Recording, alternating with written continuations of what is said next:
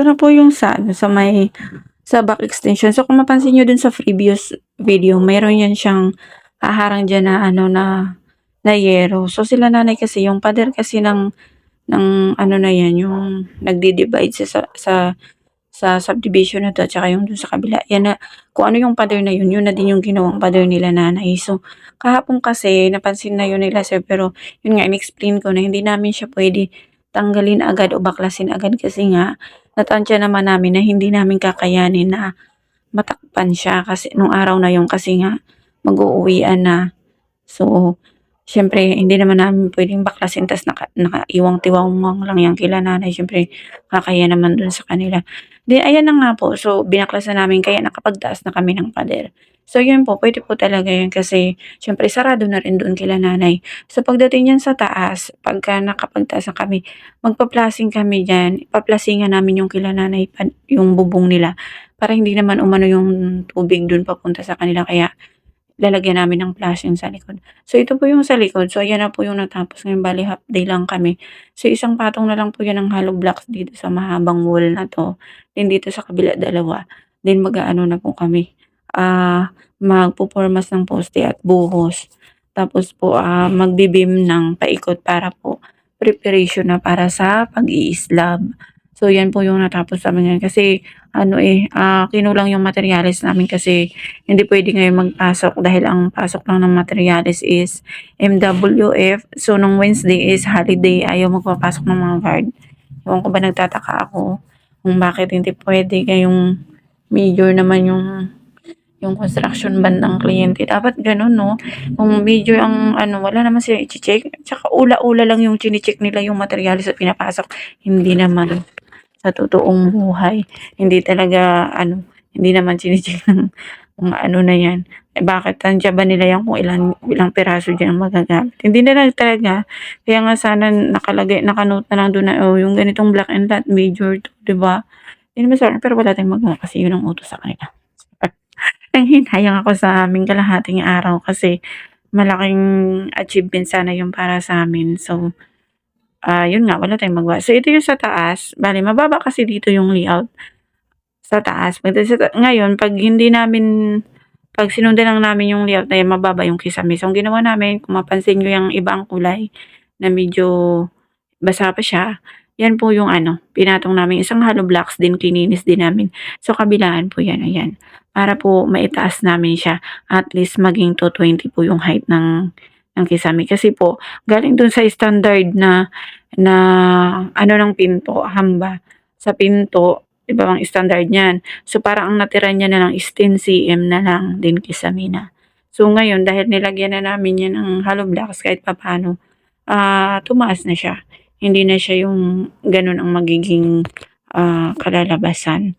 So, ayan, bale, bukas Friday, so babawi kami bukas ng aming ano, ng aming achievement. Sayang talaga pero yun nga wala tayong magawa. Kailangan kailangan natin sumunod sa ano, sa mga tagapagmana ng APEC, charot. Tapos dito sa labas, so ito na nga yan, na nadagdagan kahit konti yung pader dito. Then ito po, yung makita niyo yan, louver blocks po talaga yan diyan, pero pinatungan muna namin ng isang patong kasi nga nandiyan yung level ng flooring. So hindi naman puwedeng louver blocks, tatagos-tagos yung ano dun, yung flooring natin. So sa taas niyan is louver blocks yung gagamitin namin. So ayan, mag-uuwian na sila kasi nga half day lang. So bale hindi talaga ako ang nandito ngayong umaga kasi may pasok ang aking mga Junakis, dapat hapon ang duty ko. Kaya lang hindi na ako inabot ng hapon kasi nag-uwian na sila, half day lang. Wala na kasing materyales, wala na kaming buhangin, wala ng hollow blocks. Sa semento sapat kasi ang dami pa. Yung kasi siyempre nagbuhos ng tie beam, footings. Sa laki ng nagiging achievement araw-araw hindi na sumapat yung, materyales natin kasi yung inabot ng holiday. So yan po yung half day namin.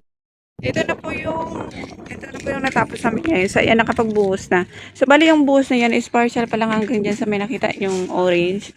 Kasi nga, dudugtungan pa yung poste niyan. Kasi, yun pa yung patong niya. Oh. Yan, same din dito, yung isang poste. Ito kasi, may nahanap kami dung, ano, pero hindi siya lower blocks kasi decorative ano tawag nito, lahat ng napuntahan namin nung nakaraan gano'n, akala namin magkakaroon pa sila ng delivery, pero wala yun, gano'n pa rin. Papa-approve ko pa yun sa kliyente ko. Tapos ito dito may ano to, may asintada, ito yung gate. Ayan yung dudugtong bakal. Ayan. Tapos ito yung natapos. Yan, nabuhusan na yung dalawang poste. Tapos dito sa likod, nakapagbuhos na rin ng poste. Tapos bukas, ano yan, mag-aasintada dito bukas. Kasi nga may pinto dito din, asintada, may bintana. Then, beam. Yan, nabuhusan na yung mga poste yan. Kaya bukas, beam na yan. Yan. So, ayan. So, ayan nga, nakapag-start na ng beam. Dito, so meron pa yan dito. Tapos dito, buuhin na namin. Kasi kung mapansin nyo, nagtibag. Wala silang makitang isang dowels lang nakita nila. So, isang buo na yung gagawin namin dyan na beam. Tapos yung isang dowels dyan na nakita namin, itali lang namin doon yung beam. Itatali na lang namin doon para maano pa rin yung sa dito na beam. Makapit. Maikapit siya. So, ayan. Yung natapos ngayon. Yan. Kanina kasi nag-formas. Siyempre, pag formas, yan, buhos. So, yan. Bukas, dito na yung titirahin aming. Yan. Kasi yan, okay na yan. Tapos yung dito, tapos yung beam din dito. Cross beam dito. Kasi ito nga, sabi ko sa early video ko, open to. So, cross beam pa rin dito pagkatapos ng asintada dyan para sa pader dito. So, yan po yung natapos namin ngayong araw.